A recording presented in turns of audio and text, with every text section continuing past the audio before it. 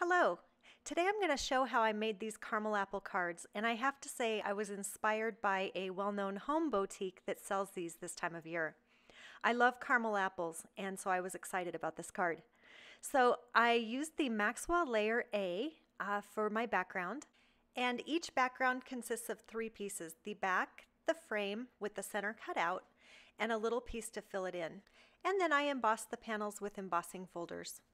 I used the Apple a Day set by Birchpress Design. This is part of their new fall release, and I love this set. There's 3 apples in 3 different sizes, and I chose the middle one. I cut out the center portion of the Maxwell Layer A, like I said before, and I have to say Olga did this in one of her videos, and I just love the look of this. The center panels measure approximately 2.5 inches by 3 7/8, and that will fit that little center portion right there. The overall card dimension is 4.25 by 5.5, so I cut the panel and then just embossed them. And sky's the limit here with what could be done with the different combinations. I didn't have any white enamel dots, and so I went ahead and colored my gauze with antique linen distress stain to match kind of the color that I was using. And I just put it in with a little bit of water and let it sit there for a little while and then dried it.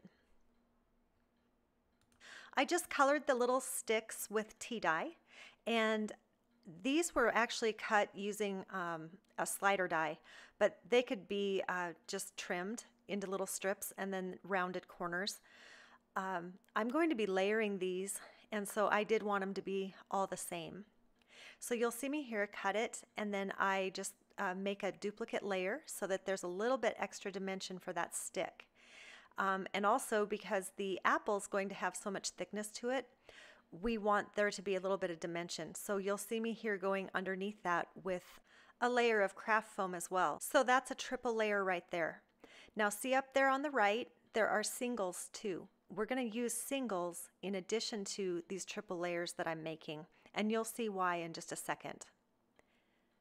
Okay, so the apples were also duplicate layers, just because we're applying so much enamel dots to this project that we don't want any curling.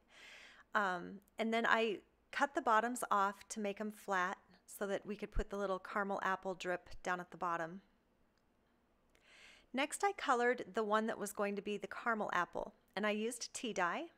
And then I colored the very, very top with the twisted citron of the green apple, just the very top. I also went in with just a little bit of mowed lawn with a Fantastics. Because we're going to be gluing the apples down, I did need to put 1 layer of the stick on the back. This is going to give us our base to attach the thicker pieces of the stick to when we're done with the enameling. I glue down just the apple portion, not the stick, to a spacious piece of paper. And again, you'll see why here in a second. And as I glue it, I'm gluing around the edge so that I can prevent curling, but I'm not gluing all the way up to the edge because I need to leave some room for my scissors to get in underneath after it's dry.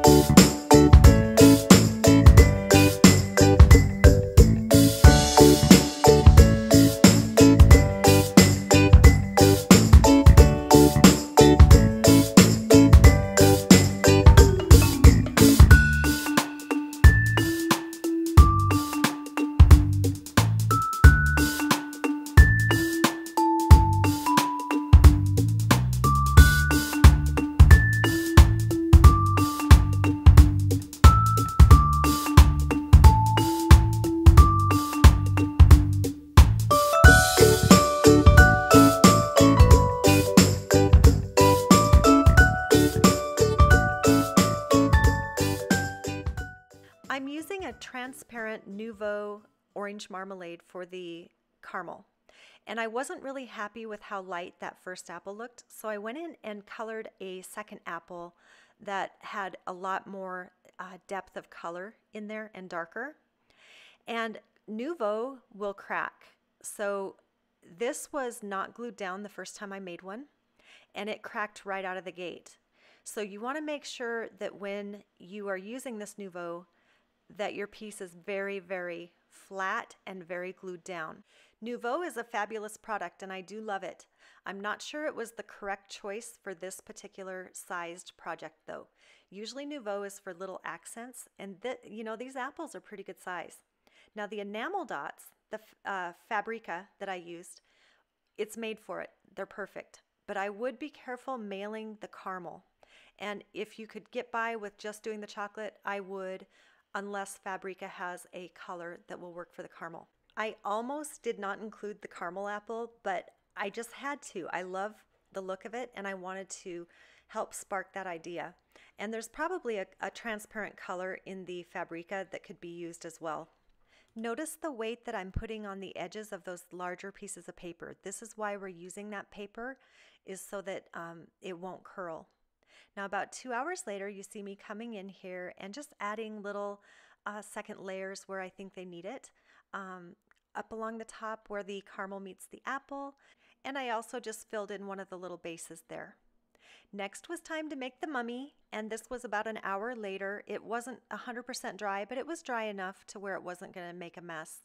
And so I started off with a fine-tipped applicator, and I put some of the Fabrika in there. I'm using the jasmine here and the strong coffee.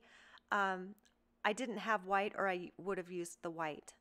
Now, as I applied this, I was just really careful to kind of go around, crisscrossing rather than dragging more through the lines, if that makes sense. You can see me pick up at each intersection there. And sometimes I drug the tip through just to kind of blend it a little bit, but I wasn't applying more as you see me drag that through. I was just kind of blending it. The eyes were from Doodlebug, and all the supplies I used will be listed on my blog, and you can check those out. But I just applied those with some glue.